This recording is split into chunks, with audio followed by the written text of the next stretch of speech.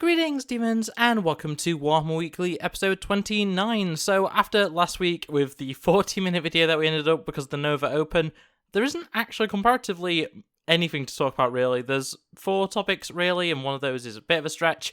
But in any case, I have a few things to talk about in terms of pickups, so let's get into that, and then we can get into what topics we do have. Not the leader of a cult, RabbitWithAxe. Okay, so we'll start off with some 3D prints and resin models and stuff like that I've picked up from eBay. So starting off, we'll actually go over, I've got a bunch of them here, a bunch of different casualties, Space Marine casualties specifically. This is something that I've been wanting to get a few of for a while, not this specific set, but just to have some various casualties for my Space Marines, mostly just to use for fodder on Tyranny bases and chaos bases and stuff. And this is a nice variety here. So we've got some that are chained up, we've got some that are just straight up just injured, some that are impaled. The impaled ones are definitely, at least one of those, maybe 2 or 3, are going to be going on to my Chaos Rhino once that's built. But yeah, in terms of like this one here, where it's just like part of a body, that's probably going to go on a Tyranid base. Same with this one, actually, probably. Not decided yet, I just wanted to get them now, so I had them. This guy that's hanging is probably going to be going on to a Chaos Knight when I eventually get some of the bigger ones built. I only right now have Armigers, or War Dogs, is that what they're called? That would be the wrong scale, but yeah, just got a bunch of different, very nice, I must say, casualties for my Space Marines. Also, sorry if there's background noise, I will get that fixed for the actual video, but yeah, just a lot of resin bits there for Space Marine casualties. Let's get those out of the way, and we can have a look at, we'll switch it up. So we'll go from, well, I guess it's still Space Marine stuff, but it's Orky Space Marine stuff. So I also got some new terrain. This is a downed land speeder, or it could technically be the storm speeder, but I think it is supposed to be a land speeder. That has been taken over by orcs, so it's covered in wheels and scrap metal and all that good stuff. I have something very similar to this, which is a destroyed rhino. It was like the first terrain piece I ever bought, and this is just going to be a very nice addition to that general aesthetic. When I get, terrain pieces, I don't get them necessarily to match each other. I just kind of like them how they are, and as I say, this will go with that rhino, that downed rhino in a way, but yeah, I just wanted this aesthetic, I just quite liked it, and yeah, final addition to my collection. So also from, I believe, the same seller on eBay, because all these are from eBay, I also ended up picking up a bunch of, these are all the same, they just have different numbers on them, objective markers. So obviously this is much more of a kill team thing, but it's something that I have been wanting just to have some example of. I've got enough of the collectible coins that, I could just use those. But yeah, I thought, you know what, seems as, I think I got them all in the same purchase with this. Seems as I'm already buying something from this seller, I may as well get the the objective markers. So yeah, they're just very nice, very simple. Sorry, I couldn't reach it for a second there. Yeah, barrel, ammo box, little crate with a number on it. It goes 1 to 5, as you'd expect. And, wait, what? No, it doesn't. It goes 1 to 6. Where's the 6th one? I seem to have misplaced one. That doesn't matter anyway. So there is 6, apparently. I thought there was 5. That's messed with me a little bit. But, yeah, very good objective markers there. And, yeah, this is a little bit not Warhammer, but I also got a little Princess Leia miniature. This is more for Legions, which I don't really talk about in this channel, but yeah, I don't really know what I'm going to do with this. It might end up being included in something Warhammer related, but yeah, just a 3D print or resin cast or whatever you want to call it of Princess Leia from the start of episode 6. So Slave Leia, I guess, is what they used to call it. I think it has a different name now, but yeah, very, very cool. Just a neat little miniature to have. And then the final 2 things are actually 2 of 6, but I'll explain that in a second. So starting off, we have a little remote control squig, little wheeled up squig, remote control detonator, all that kind of stuff. Just a little fun bomb squig variant to have there. I have 3 of those that are the exact same, and the same goes for the next thing. So I haven't put this together yet, so I'm going to have to show it in components, but we have a Grot Flyer. Very cool. This is from what I can tell, this is epic scale, so it's Aeronautica Imperialis scale, which is kind of weird. But, oh, well, that's on the floor now. Has a little smoke plume coming off it, and then the world's tiniest grot, which is very hard to see, very hard to get on camera, but, yeah, 3 of those, 3 of the little squigmobiles, and, yeah, that is all for my 3D print stuff. I'm just going to quickly grab what I have that's actual Warhammer, and I'll be right back. So, for actual official Warhammer, I ended up picking up the Sanctus, which obviously I've already built and thrown away the plastic packaging, but yeah, I picked up a Sanctus, and in the same order for that Sanctus, I actually managed to pick up the Boarding Patrol for Genestealer Cult. So obviously, Boarding Patrols have not been available for a little while now, and I have been specifically hunting down the Genestealer Cult one. I almost bought it from the Warhammer store because they had one left. It wasn't discounted or anything, it was full price. And then I just looked online a little bit more. To be fair, the Warhammer store did sell their copy, which is why I didn't pick it up from there. Like the next week I went back and it was gone. So I had to look online and managed to find one place that was selling it at 25% off as well.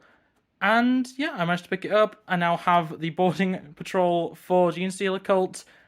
I officially have a complete Genestealer Cult army. I have most of it built. I have everything except for is stuff from this box. I have everything except for my Acolyte hybrids, hybrid metamorphs, and that's actually it. I have everything except for those built. Just because they're not my favourite part of the army, honestly. They're perfectly good, but I personally am more a fan of Aberrants. So, yeah, that is really it for my Genestealer army, which is crazy to think about. But, yeah, that is everything I picked up this week. So, let's get into the topics. And starting out with the topics, we'll go back to something that was last week, part of the Nova Open, and that is the new heavy armor type, the Mark III armor for Horus Heresy. I just kind of... It wasn't that I forgot, because I knew that these had happened, and I knew which article they were in. They were part of the same article as the Dorito Dreadnought. Duradeo, I do know what it is before anyone comments below. I just don't care. They're not an armor type that I've got any interest in. The fact that it's another tactical squad means that they're not really that interesting in general. I think they look fine. I know a lot of people don't like the redesign for Mark III, and honestly, like, I get it. The old Mark III is pretty different. Like, the overall feel is very similar, but I can see where people have an issue with this new design for Mark III armor. For me, I just don't care about it. It's not an armor type I have any interest in. I'm not someone who plays, Iron Hands or, I'm trying to think, like, I don't play Imperial Fist either or anything like that, or, anything that would mean that I would want heavy armor. For me, I'm much more of the tactical sort of player. I play Vanguard as my normal faction when it comes to Space Marines. That's actually who I play. Well, that's who I have intentions to play, at least when it comes to Horus Heresy. But yeah, as of right now, it's just a Mark III is just not an armor set that I'm interested in. But it looks all right if you're a fan of Iron Hands or Iron Warriors or, I'll say, Imperial Fists. It's not bad if you're wanting just a different tactical squad for your army in Horus Heresy. It's a fine option. We are going to be getting these in a new Legions Astartes Battle Group box, which comes with the Duradeo Dreadnought and is it the Rhino? Is it one of the patterns of Rhino? I cannot remember, one of the tanks. So, if you're interested in picking Mark III up, you've got options. I would actually say probably getting the box is the best way of going about it. But yeah, just in general, the reason why I left it out was just because I didn't really care enough to talk about it. There was a lot to talk about anyway that I cared a lot more about. And yeah, that's really it. Mark III. It's a thing. Sorry I didn't cover it last week. I know I was talking to someone in the comments last week that was interested in it. I just didn't care. And it didn't matter to me. It's Horus Heresy as well. It's not something I play. So yeah, it's just one of those things. But yeah, Mark III. It's cool if you like it. If not, yeah, just be like me and ignore it. So, moving over into Age of Sigmar, which seems so weird to be going this early into the video, but yeah, we have a new Vanguard box for the Orruk Warclans. So, realistically, this is just some of the newer models. It's the new Start Collecting style box for the Orruk Warclans. It's got some good units in it, honestly. I'm not going to get into too much detail on it just because it's all existing units. It's just a new box for them. But you get like the crossbow, like heavy gunner, the just the crossbow units in general, which are some of my favorite Orruk Warclan units. To be fair, you get the like I forget what the actual creature is called. It's a great Gnash Tooth, I guess. The like weird cat creature that your killer boss can ride. It's just there's some interesting units in this box. It's definitely a good starting point if you are wanting to get into Orruk Warclans. As someone who already owns a good portion of these units, it's not for me. I love my Orruk Warclans, but I'm not going to be getting a Vanguard box just to add some duplicate models that I don't really care too much for in general. You know, I have them, I'm happy with them, but yeah, the Vanguard box is interesting. It's definitely a good new start collecting, essentially, but yeah, 16 units, or 16 miniatures, should I say. It's not the most, it's not the biggest, and I'm just hoping that, we get more options than just the Vanguard boxes, because honestly, the Vanguard boxes for some of the factions, maybe some of the worst like discount boxes we've seen for Age of Sigmar, which is shocking because typically AOS boxes are really good discounts, but this one's fine. And depending on the price, if they are all the same price, if they're all I believe £85 or 100 and I want to say it's 140 USD, but I cannot remember. If they're all like that, that's fine, I guess. I just think some of these, including the Orruk Warclans, just ends up being not great in terms of the deal, but yeah, still, new Vanguard box for Orruk Warclans, and it's a new Vanguard box, that's all I can really say about it, but yeah, moving on. We also have 3 new vampire heroes for everyone's favourite Blood Bowl. It feels like Blood Bowl gets more attention than a lot of the other games, especially at the moment. Obviously, last week we had the new vampire team.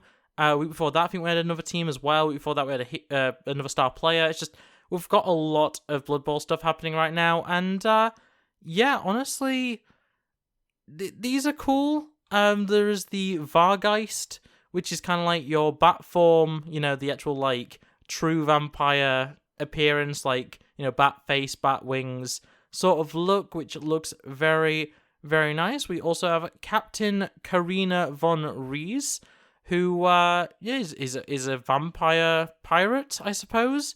I quite like the aesthetic. Honestly, the hat is very cool. Very much reminds me of something that you'd see in like Nightmare Before Christmas, weirdly enough.